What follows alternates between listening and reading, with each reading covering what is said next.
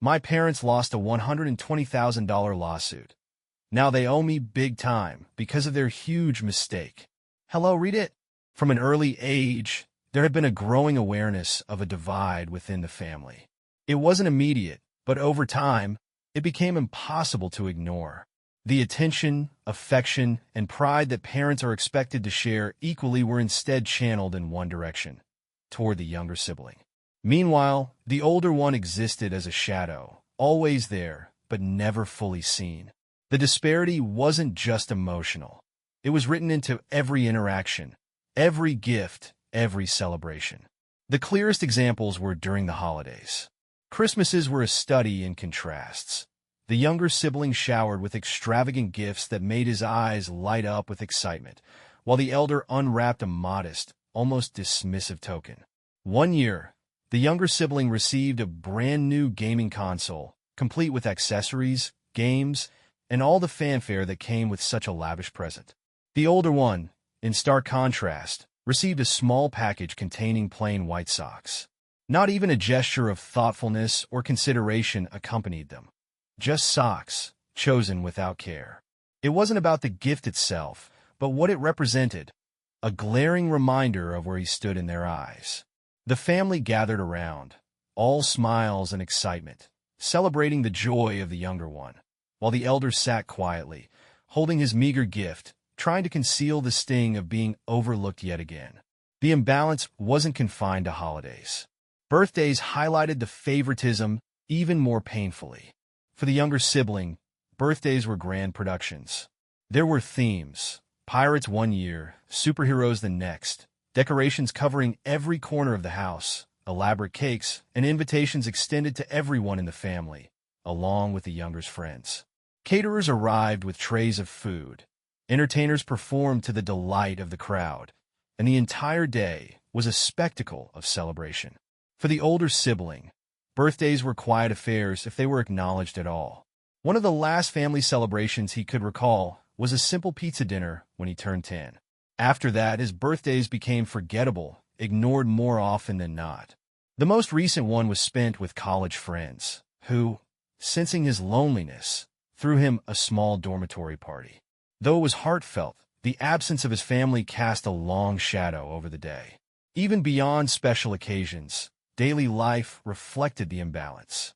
The younger sibling's room was a sanctuary, filled with gadgets, posters of sports teams, and furniture that suggested care and thoughtfulness.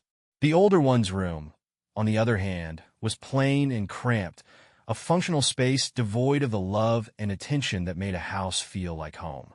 Every time he walked into that room, it was a reminder of his status in the family, a guest in his own home, tolerated but not cherished.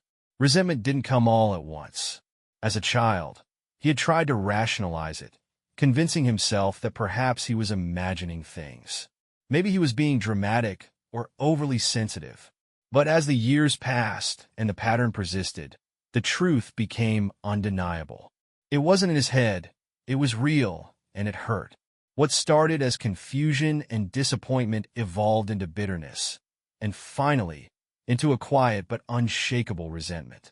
It wasn't just the neglect that stung, but the active favoritism that the younger sibling learned to wield. As he grew older, the younger one became adept at manipulating the dynamic to his advantage. In any conflict, the older sibling was invariably cast as the villain. One incident stood out vividly: the day the television was broken. The younger sibling and a friend had been roughhousing, knocking the TV off its stand and leaving it shattered on the floor. When the parents returned, the younger sibling immediately pointed the blame at his older brother. It didn't matter that he wasn't even home at the time. His protests were dismissed, and he was punished without question. A month-long grounding followed, along with the confiscation of his phone. It was one of many moments that solidified his role as the scapegoat, the one who bore the consequences, whether deserved or not. The years of being sidelined and blamed wore him down.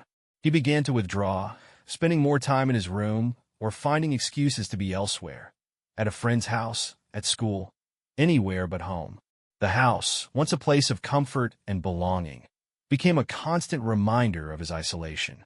Each time he stepped through the door, It was like walking into a museum of neglect, every room and interaction reinforcing the reality that he was an afterthought. The realization that nothing would change came on his 18th birthday. It was a milestone, a day that symbolized stepping into adulthood, a day that should have carried some significance. But when he came downstairs that morning, there was no acknowledgement. His mother was busy in the kitchen, his father immersed in the newspaper, and his younger brother engrossed in a video game on his new console. There was no card, no gift, not even a casual greeting. It was as if the day didn't exist. That morning marked a turning point, the moment when hope gave way to resignation. The message was clear. He would always be invisible to them. Looking back, he saw the pattern with clarity. He had tried so hard to be the son they wanted, excelling in school, staying out of trouble, doing everything that was asked of him. None of it mattered. The love and attention he yearned for had always been reserved for someone else. His younger brother had taken everything without even trying. Their pride, their affection, their focus, and left nothing for him. And what made it worse was the possibility that the younger sibling wasn't even aware of the damage he caused. Or worse, that he knew and simply didn't care.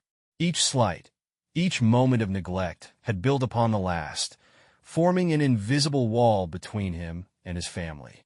He was there, but not truly part of them, an outsider looking in. The love he had once hoped to earn was something he now realized would never be his. The rage he carried had settled into a quiet simmer over the years, a constant, unwelcome companion that had shaped much of his adult life. It wasn't the kind of anger that burned hot and quick, dissipating after a momentary outburst. No, this was deeper, heavier. Anger forged from years of being invisible, of being treated like a guest in his own family.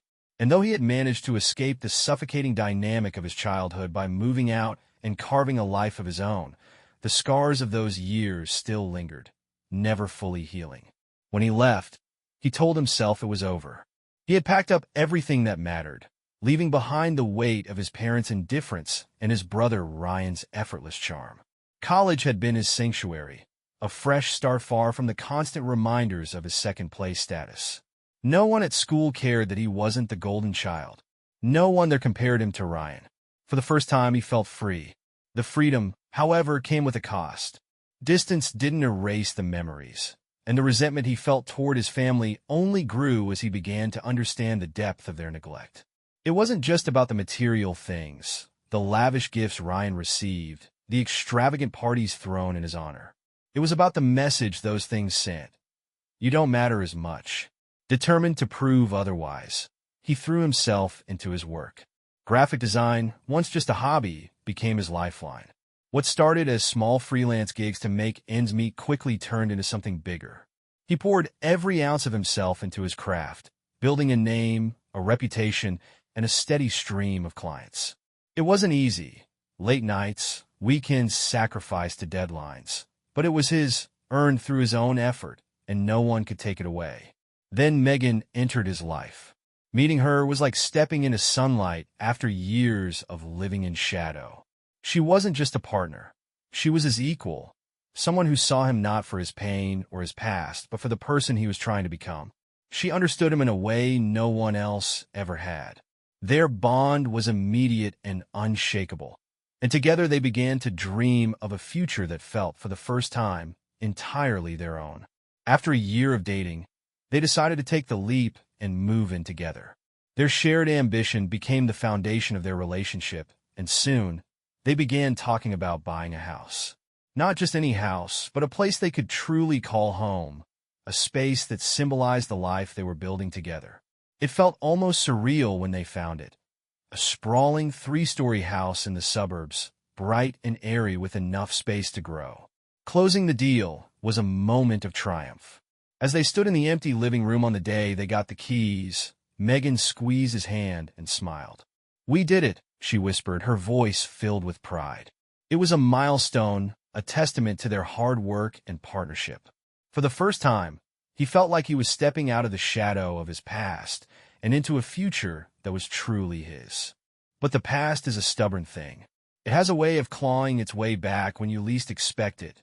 3 days after moving in, his phone buzzed. Seeing his mother's name on the screen sent a jolt through him, a familiar mixture of tension and dread. He hesitated, his thumb hovering over the decline button, but curiosity got the better of him. Her voice was overly cheerful, too bright, and it immediately put him on edge. "We're in town and thought we'd stop by to see the new house," she chirped, as if they hadn't spent the past few years barely speaking. Against his better judgment, he agreed, figuring it was better to get it over with than to drag it out. When they arrived, it wasn't just his parents. Ryan was with them, as well as a woman he didn't recognize. She was introduced as Karen, Ryan's fiancée, and the sight of her rounded belly revealed the rest. She was pregnant. The revelation hit him like a punch to the gut. No one had thought to tell him that his brother was engaged, let alone that he was about to become a father. The visit quickly turned sour. His parents made themselves at home, wandering through the house with thinly veiled judgment. His father's offhand comments about the size of the house and their surprise that he and Megan could afford it stung, but he bit his tongue, unwilling to let them ruin this moment for him. Ryan and Karen, meanwhile, explored the house as though they were sizing it up for themselves. Karen ran her hand along the banister of the staircase, murmuring something about how perfect it was. Ryan nodded, his gaze sweeping over the spacious living room with an air of entitlement that made his blood boil. Then came the bombshell. His father, in a tone as casual as if he were discussing the weather, suggested that Ryan and Karen move into the house. "It just makes sense," he said, his voice dripping with condescension. "This place is way too big for just the two of you. Ryan and Karen need the space for the baby." For a moment, he thought he had misheard. The audacity of the suggestion was staggering. This wasn't just a house. It was his house, his and Megan's, bought with their hard-earned money. "You're joking," he said, his voice barely above a whisper. But his father wasn't joking. "It's time for you to step aside," he said, as if this was the most reasonable thing in the world. "Family comes first, and Ryan's starting his own. You and Megan can find something smaller." The words hit him like a blow, and something inside him snapped. Years of resentment, frustration, and hurt came rushing to the surface, and he couldn't hold it back any longer. "This is our house," he said, his voice shaking with anger. "You don't get to walk in here and decide that Ryan gets to have it just because you think he's more important." Ryan tried to play it off, smirking as he said, "Come on, man. You don't even have kids." "We do. It makes sense." But it didn't make sense. It never had. The entitlement, the favoritism, the blatant disregard for his feelings. It was all too much. "You've spent my entire life making it clear that I don't matter," he said, his voice rising. "Well, guess what? I do matter. This is my house, and you're not taking it from me." The confrontation escalated quickly. His father, puffing out his chest in a weak attempt at intimidation, tried to shut him down, but he wasn't a scared little boy anymore. For the first time, he stood his ground, refusing to let them walk all over him. When it was over, and the doors slammed shut behind them, the silence was deafening. His hands were shaking, his heart racing, but for the first time in years, he felt something he hadn't expected: relief. They were gone, and they couldn't take this from him. This house, this life, was his, a testament to his resilience, his determination, and his refusal to be defined by the family that had spent years trying to diminish him. As he turned to Megan, who had stood silently by his side through it all, she reached out and took his hand. "We'll be okay," she said softly, her voice steady and reassuring. And for the first time, he truly believed it. This was his life now, messy, imperfect, but his, and no one could take that away from him. The explosion of rage was instantaneous, erupting like a dam breaking under years of pressure. My shout reverberated through the room, a raw release of all the anger I had bottled up for so long. Megan's voice cut through the chaos, pleading for calm, her words barely audible over the storm brewing between me and my father. But her pleas fell on deaf ears. The years of neglect, the favoritism, the insults, all of it had reached a boiling point, and there was no stopping it now. Before I knew what was happening, my father shoved me back, his hands firm and unyielding. The gesture was more than physical. It was a challenge, a dare, and I took it. Rage took over, clouding my thoughts, and we lunged at each other like wild animals. Punches flew. Yelling filled the air, drowning out everything else. I don't even remember what we screamed at each other. Probably a mix of accusations, recriminations, and words meant to hurt. Ryan and my mom stood to the side, their faces pale and mouths agape, yelling for us to stop, though they made no move to intervene. Karen, meanwhile, was frozen in the corner, her face twisted in panic as she fumbled with her phone, frantically dialing.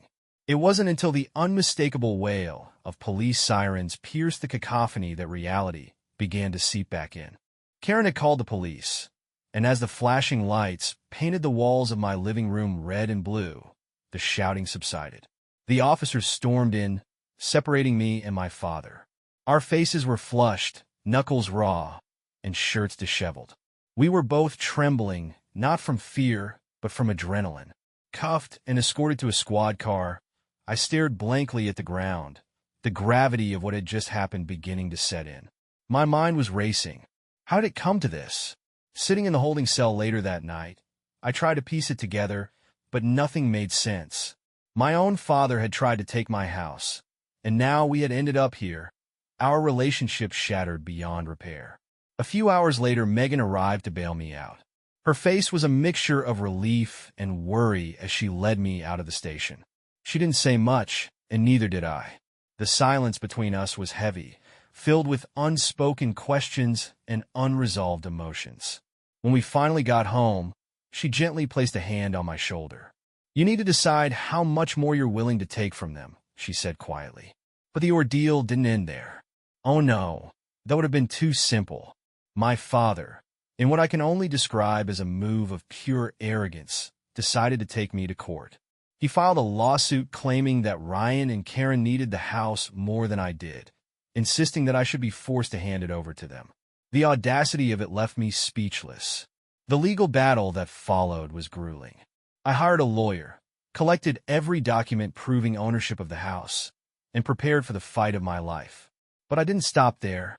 Years of emotional and psychological abuse had left a trail, and I wasn't about to let it go unnoticed. Emails, text messages, and even witnesses, friends who had seen firsthand how my parents had treated me, became my arsenal. For the first time in my life, I refused to play the quiet, obedient son. I laid everything bare in court, exposing the neglect, the favoritism, and the damage it had done to me. My father, of course, painted himself as the victim, a loving parent just trying to do what was best for his family. Ryan and Karen claimed they were the ones being wronged, that I was selfish for not giving up the house for the sake of their child. But none of it worked. The evidence spoke louder than their lies. When the verdict came, it was like a massive weight lifting off my shoulders. The judge ruled in my favor, declaring the house mine and mine alone. But that wasn't all. In an unexpected turn, the judge also ordered my father to pay me $120,000 in damages for the emotional and psychological abuse I had endured over the years. The courtroom was silent as the ruling was announced, my father's face a mix of disbelief and rage. The moment was bittersweet. I had won, yes, but the victory came with the painful acknowledgement of just how toxic my family truly was. After the court case, I made the hardest decision of my life. I cut off all contact with them. No more manipulation, no more lies, no more Ryan being the golden child while I was the afterthought. Megan and I finally had the house to ourselves, and for the first time in years, there was peace. We started to rebuild, focusing on our future together. But the scars from everything that happened didn't fade easily. Even as we painted the walls and filled the rooms with laughter, the memories lingered. It's been 3 years since then, and for a while, I thought I had left the chaos behind. Megan and I got married in a small, intimate ceremony surrounded by love and joy. My family wasn't invited. They didn't deserve to be there, not after everything they had done. Of course, they found out anyway. My mom sent a long, guilt-tripping email, her words dripping with hurt and passive aggression. My father remained silent, which was a blessing in disguise. But Ryan couldn't let it go. His life had fallen apart after the court ruling. Karen left him, taking their baby with her, and his cushy existence began to crumble. In his mind, it was all my fault. I thought I was done with him, done with all of them. But one quiet afternoon, as I strolled through my neighborhood, enjoying the rare tranquility, I saw him. Ryan. He was standing on the corner of the street, staring at me with a look of pure hatred. My heart stopped. I froze, confused and uneasy. Before I could process what was happening, he charged at me, an iron rod in his hand, his face twisted with rage. Time seemed to slow as he closed the distance between us. 1,000 thoughts raced through my mind, but one stood out above the rest. This will never end, will it? Ryan's eyes were filled with pure rage as he locked onto me. Before I could even react, he came charging at me, an iron rod in his hand. "Ryan!" I shouted, trying to step back, but he was too fast. The first blow landed hard against my side, and a shock of pain shot through me like a bolt of lightning. I doubled over, gasping for air. The pain was so sharp, it felt like my ribs were on fire. But he wasn't finished. Without hesitation, Ryan swung the rod again. This time, it struck my left shin with a sickening crack. I collapsed onto the sidewalk, feeling the world tilt beneath me. "You ruined my life!" Ryan screamed, his voice cracking with rage. "Dad's broke because of you. Karen left me because of you. Everything's ruined because of you." I struggled to get up, to do something, anything to defend myself. But my body didn't respond. The pain was unbearable, and I couldn't move. Ryan stood over me, eyes wild, his face twisted in a grotesque expression of fury. The rod was raised again, and I could do nothing but brace for what was coming. When the next blow landed, it hit my right arm, and I felt the bone snap like a twig under the brutal force. The pain was all-consuming, and my vision blurred. The world around me became distant and muffled, as if I were submerged underwater. I couldn't even scream. All I could do was lie there, waiting for the next strike, wondering if this was how it was going to end. I don't know how long the attack lasted, but eventually I heard voices. They were distant at first, but they grew louder. People were shouting, footsteps pounding on the pavement, and before I could fully understand what was happening, someone grabbed Ryan and pulled him away from me.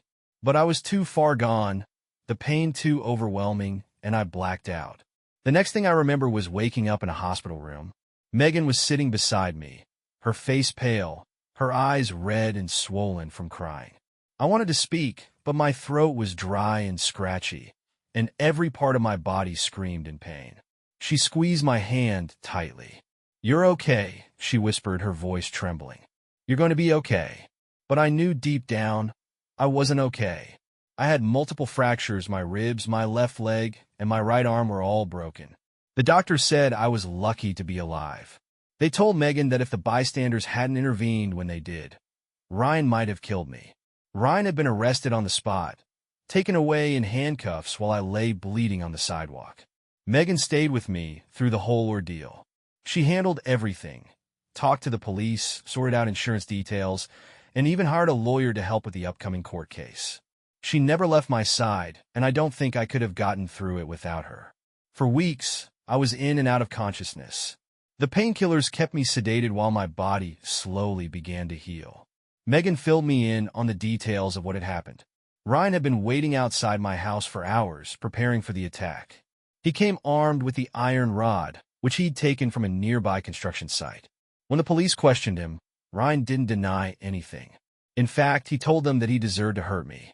He said that I was responsible for everything that had gone wrong in his life. His fiancée leaving him, our father's financial troubles, everything. In his twisted mind, I was the reason his life had fallen apart, and I deserved to be punished. The days in the hospital were a blur. I went through physical therapy and multiple tests to help my body heal, but I still couldn't walk for almost a month. When I was finally discharged, I had to use crutches, and my right arm was still in a cast. The doctors warned me that my left leg might never fully recover. The trial came a few months later. Ryan pleaded not guilty, of course. He couldn't admit that he was the one who had gone too far. His defense was that I had pushed him over the edge, that everything that had happened to him was my fault. In his delusional mind, hurting me was his way of seeking justice. He believed that I had ruined his life, and in his eyes, the attack was justified. The trial dragged on for months, with Ryan's lawyers doing everything they could to paint me as the bad guy. They tried to convince the court that I was responsible for his breakdown, that I had somehow caused his downfall. But the truth was, Ryan was the one who had spiraled out of control, and no amount of blaming me could change that. When the verdict finally came in, it was a bittersweet moment.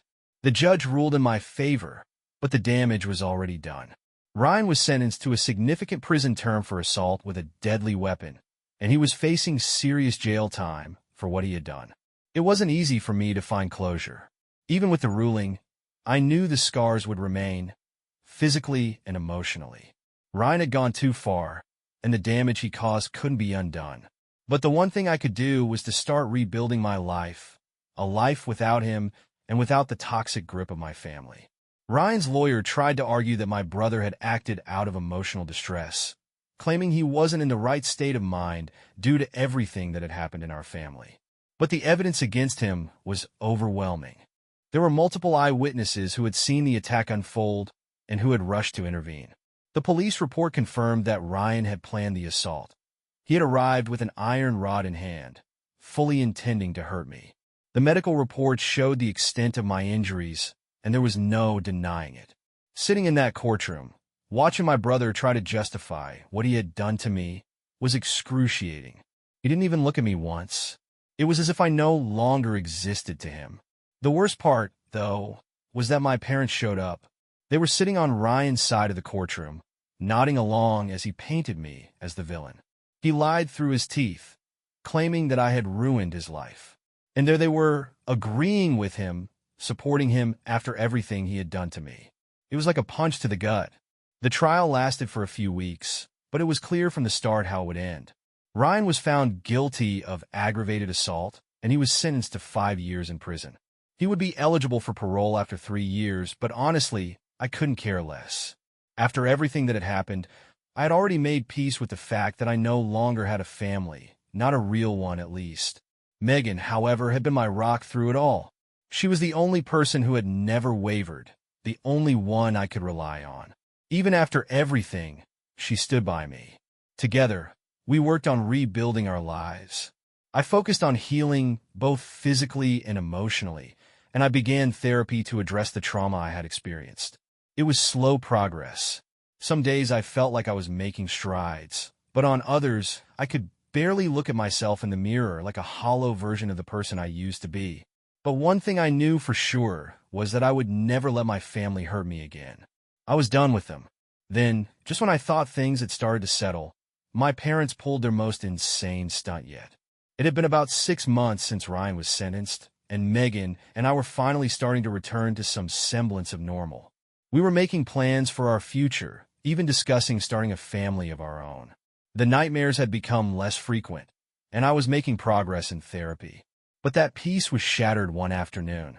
Megan was supposed to meet me for lunch at a cafe near her office.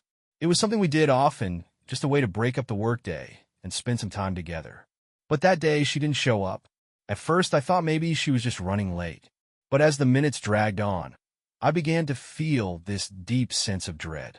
Megan was never late, and she always replied to texts or calls, even if it was just to say she was stuck in traffic.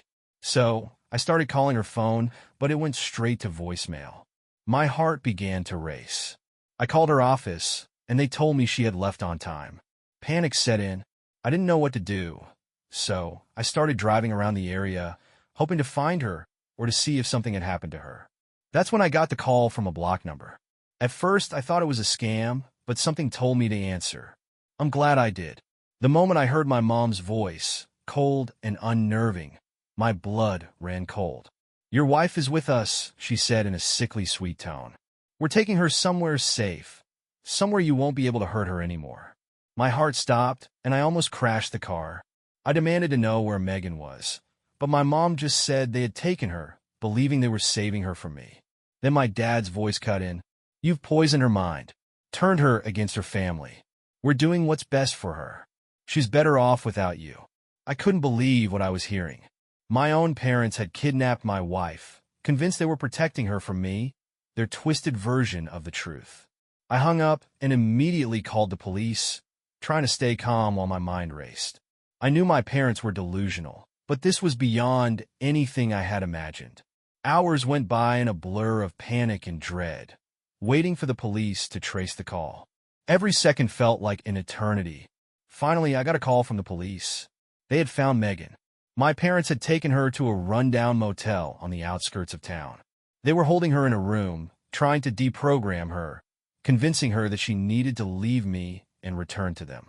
But Megan, being the strong, determined person she is, had already escaped the room. She ran to the motel lobby and begged the clerk to call the police. When the police arrived, she was safe, and my parents were arrested on the spot. They were charged with kidnapping, false imprisonment, and a range of other crimes. I don't know what will happen to them, but honestly, I don't care.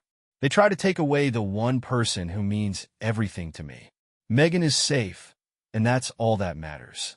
As for my parents, they're dead to me. That call, hearing my mom's voice say they were doing this for Megan's own good, was the final straw. It was like they had convinced themselves they were the heroes in some twisted story. They thought they were saving her from me. But I'm done. This time, I'm really done with them. Megan and I are moving forward, and I'm finally putting the past behind me.